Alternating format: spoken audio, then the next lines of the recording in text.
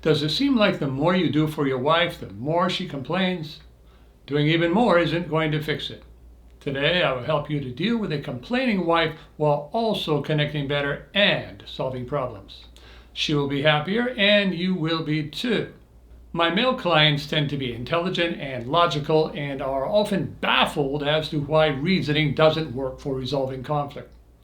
It's easy to double down when we think something should work, and you might find yourself stuck in some repetitive behavior that doesn't work.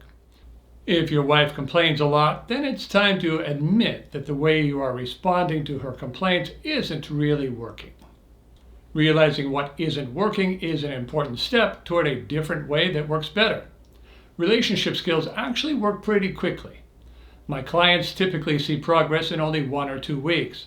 You can easily test out the skills I will teach you today to handle complaining. I think you will be pleasantly surprised at how well they work. The biggest challenge in ending conflict isn't learning the skills, it's becoming consistent in using them. First, let's take a moment to look at why reasoning or explaining will not shut down her complaints. Your wife is not approaching you with a purely logical desire to understand and apply sound principles so your relationship can run smoothly. She is coming to you with an emotional incentive to be right, make you wrong, and get you to change to suit her. And if she can't do that, then she will convert the complaint into an argument with the same goals. Your wife's not a bad person to want to be right and to create behavior change. She just has learned a relationship damaging way to get it. It's one of the needy behaviors. You know what needy behaviors are. It's those things we do believing they will bring improvement when they actually make things worse. Criticizing, complaining, and arguing are prime examples of needy behavior. I want you to help her transition to a better way in which she can get validation, feel important, and help you to make some important changes if they are needed. If you've got a skills-focused success mindset, all you need is the skill. Start seeing all of your problems as opportunities. Don't even call them problems. Call them challenges. Challenges lead towards solutions. God will help you with your challenges as long as you're working on something good and include Him in the process. As the Bible says, and we know that in all things God works for the good of those who love Him, who have been called according to His purpose. That's in Romans chapter 8, verse 28. My helpful tip is to ask Him for His help before you begin, rather than waiting until you get stuck. I want God to help me with everything. I'm happy to give Him all the credit. Learn, practice, and ask God for help meeting your challenges. And responding correctly to a complaining wife qualifies. What are the opportunities when your wife complains? I'm glad you asked. When your wife complains to you, it's an opportunity to do several things. To demonstrate your good listening skills. To show her how secure you are. To learn something important about her. To model good communication. To create connection. To create win-win solutions, and to help her to accept reality when she needs to. If you have the right mindset and the right skills, you can even look forward to her complaining just to give you an opportunity to do these things. Believe me, a woman who says nothing is much harder to connect with than a woman who complains. Let me give you a little sample of how you can make her complaint an opportunity for connection. Suppose your wife says you care about your job more than you care about me. This particular type of complaining is called a bid for reassurance. She is wanting you to tell her that what she said is not true and how much you care about her. She complains this way to get you to defensively reassure her. If you reassure her by explaining how she is wrong, it will make her feel better for a while. Unfortunately, reassurance doesn't last, and so she will keep coming to you with bid for reassurance complaints. You will be her drug dealer, supplying the reassurance that makes her feel better for a little while until she needs it again. If you are doing a good job as a husband, she can look to your behavior for reassurance. You need to phase out the verbal reassurance as you make sure your behavior is actually reassuring. If you are not showing your wife love regularly, she will naturally have a need for verbal reassurance. If you are being a good husband in all the important ways, it's time to wean her off the verbal reassurance to stop this kind of complaining. It will be an adjustment for her, so don't expect her to like it as you transition.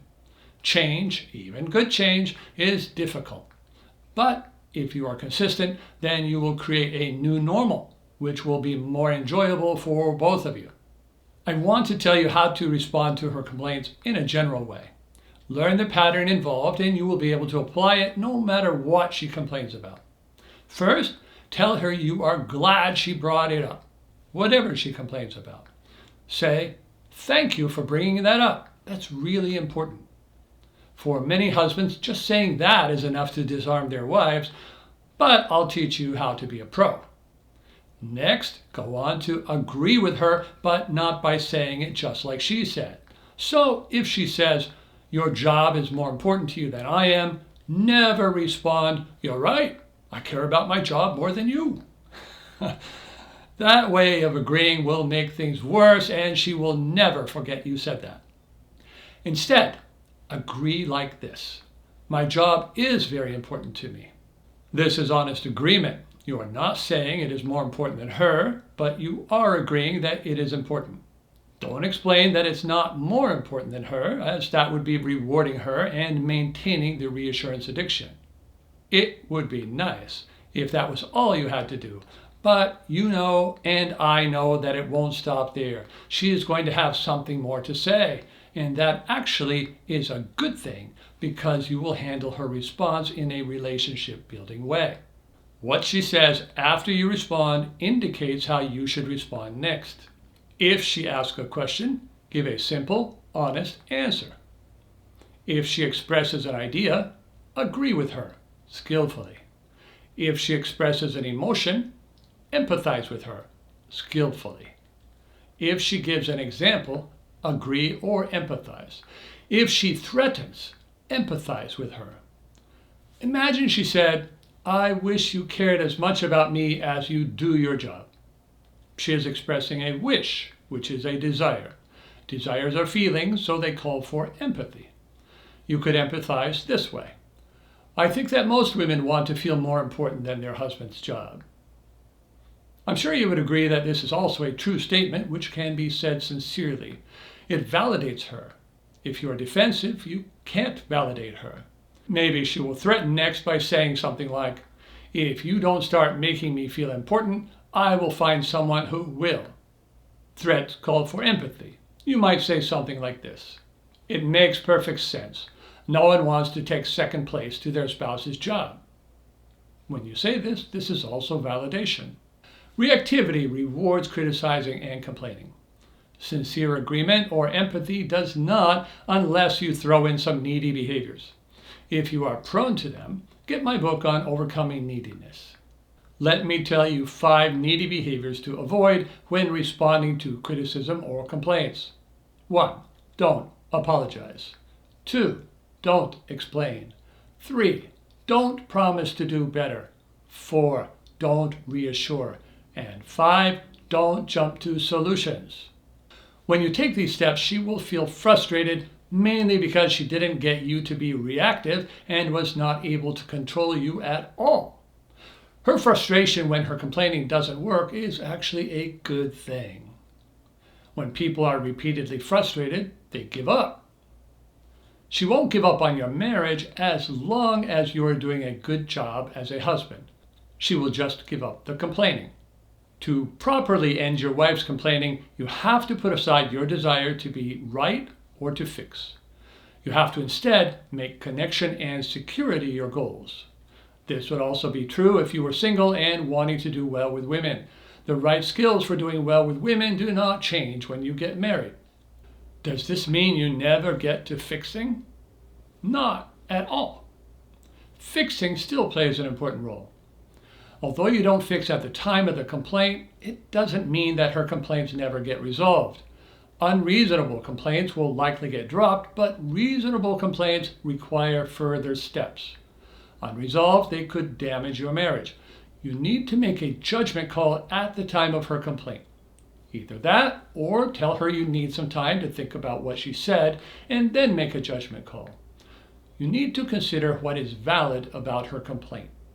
Either her complaint is completely valid, or it is partially valid, or it is completely invalid. Most men react as though their wife's complaint is completely invalid, when it's actually partially or mostly valid. Her using words like always and never don't make her complaints invalid. Look for the truth in what she is saying and don't get hung up on words. If her complaint is completely valid, then work on yourself so that she doesn't continue to have the same complaint. Don't say you will, just do it. Promising to change is another one of those needy behaviors that in the end just causes more problems. In the case of the current example, find more ways to make her feel more important than your job, such as spending more time with her, cutting out talk about your job, helping her to feel important, attractive, and capable. Make her feel loved. Doing these things will pay off for you just as much as for her. All the while you are working on changing, continue to validate her complaints if they continue without saying that you are working on it. Never try to win an argument with your wife or to prove her wrong. Simply validate the truth in what she says while ignoring the rest.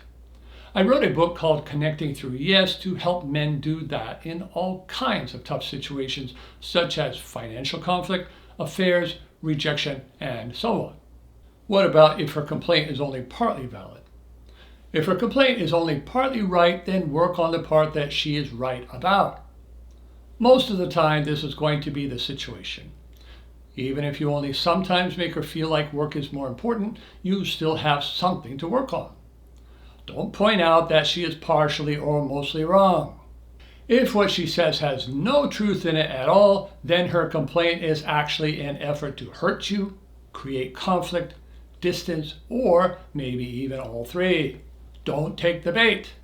Just focus on making sure that you are doing all the good stuff that you are supposed to be doing as a husband, like spending quality time with her each day, taking her out on weekly dates without the kids, and helping her to enjoy her sexual relationship with you.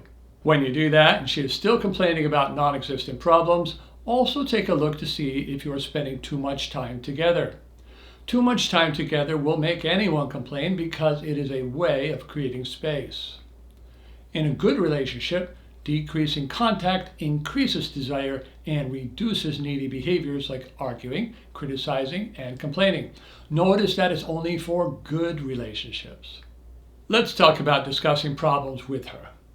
Listen and validate problems, but only talk about solutions. I didn't say don't talk about problems. I said listen and validate problems, and then only talk about solutions. I will teach you how to segue from complaints to problem solving, which will come later.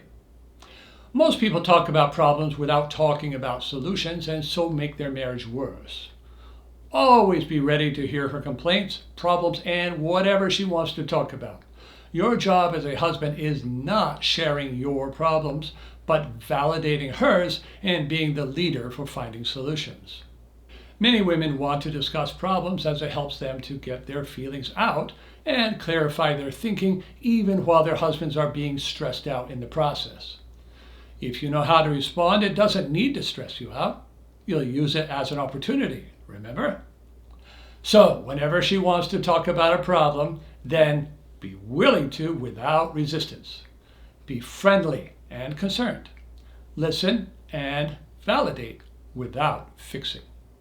That's all you do until she wants to work on fixing the problems, if she wants to work on fixing problems at all.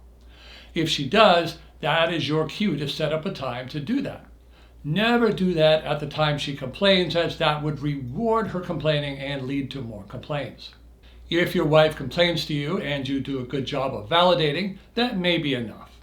She goes away a little frustrated, and you work on any legitimate issues on your own without announcing that you are. That will really help you to fix most problems in your marriage that she calls to your attention. But if she wants solutions and action steps, you can handle that too. Just say something like, I'd be happy to work together on coming up with some ideas to make our relationship better in this area. Then suggest a time to meet to work on it, but never right away. If you have to, you can tell her that you need time to think about it first. Most of the time, you don't need to do that. Just arrange a time to go for a walk together or go out for coffee or something like that. That time will be half date and half problem solving. Going this extra step may seem like more work, but actually is one of the fastest routes to a strong relationship. Otherwise, you get to hear about the same relationship problems over and over until they create other problems. Then those problems create other problems. It's the conflict snowball effect. In my book, Connecting Through Yes, I detail a 5-step problem-solving process you can use when you meet to talk about solutions, not problems. If you have another structured way to solve problems, then use it. Just make sure you are using a positive, structured, problem-solving method when you meet. At first, you might find that you and your wife have to do this several times, but as the problems get solved, there is less and less to work on. There's even more to enjoy. You can look forward to seeing her at the end of the day. Are you ready to try out this new pattern for your wife's complaints? Listen willingly with concern and respect. Validate without any defending or explaining. Set up a time to discuss if needed.